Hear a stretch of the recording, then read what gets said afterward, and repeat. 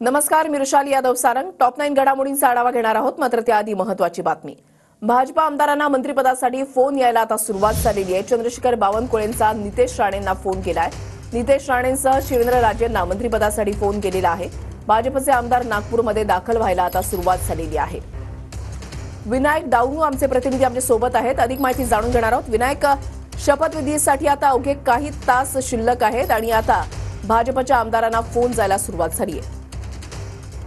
चाली बरोबर आहे. ज्या फोन कॉलची वाट सगळेच आमदार जे इच्छुक मंत्रिपदासाठी आहेत ते बघत होते, अखेर हे फोन जायला सुरुवात जी आहे ती झालेली आहे. नितेश राणे कोकणातून आमदार आहेत, त्यांना फोन जो आहे तो केलेला आहे. शिवेंद्रराजे, मंगलप्रभात लोढा, चंद्रशेखर बावनकुळे अशा 4 आमदारांना भाजपकडून आतापर्यंत फोन जो आहे तो मंत्रिपदाची शपथ घेण्यासाठी केल्याचा सध्या माहिती जी आहे ती मिळालेली आपल्याला पाहायला मिळेल. दुपारी हा मंत्रिमंडळ शपथ चा कार्यक्रम जो आहे तो सोहळा जो आहे होणार आहे आणि आता भाजपच्या संभाव्य जे मंत्री होते त्यांना आता फोन कॉल जे आहे ते जायला सुरुवात झालेली आहे.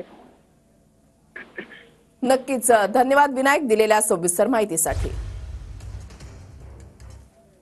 मंत्रिमंडळाचा विस्तार 4 वाजता होणार आहे. काही निरोप आणि काही संधी तुम्हाला मिळणार आहे? नाही सर, अजून तर काही निरोप नाही, पण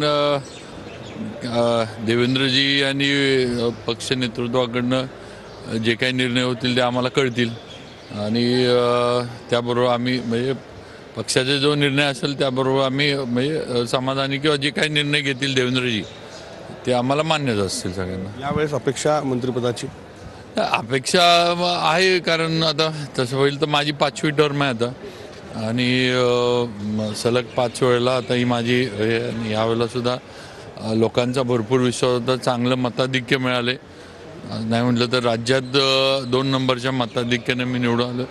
पण तरी आमचं महायुतीचं सरकार आलं हेच जास्त आम्हाला महत्त्वाचं आहे.